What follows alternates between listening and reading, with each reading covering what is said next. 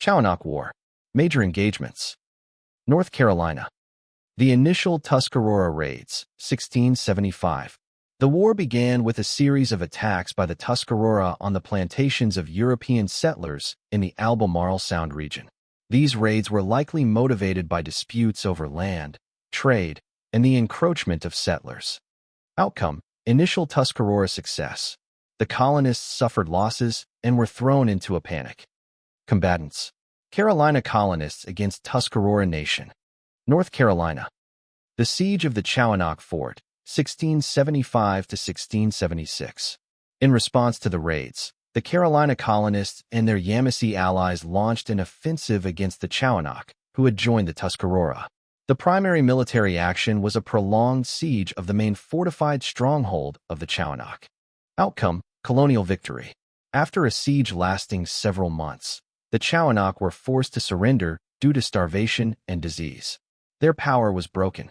Combatants: Carolina colonists and their allies against Chowanoc tribe. North Carolina. The battle/skirmish at the Tuscarora Fort, 1677. Following the defeat of the Chowanoc, the colonists turned their full attention to the Tuscarora. A colonial militia force marched to a major Tuscarora fortification. The details are vague, but the encounter involved a significant skirmish or short battle outside the fort. Outcome: colonial victory. The Tuscarora were defeated outside their fort. Combatants: Carolina colonial forces against Tuscarora forces. Virginia. The Treaty of 1677. After their military defeat, the Tuscarora and the remaining Chowanoc were forced to sign a peace treaty. This was not a battle but the decisive political outcome.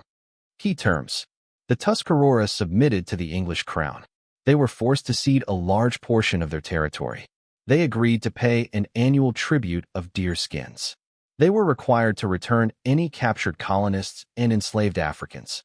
Signatories: Colony of Virginia and tribal signatories.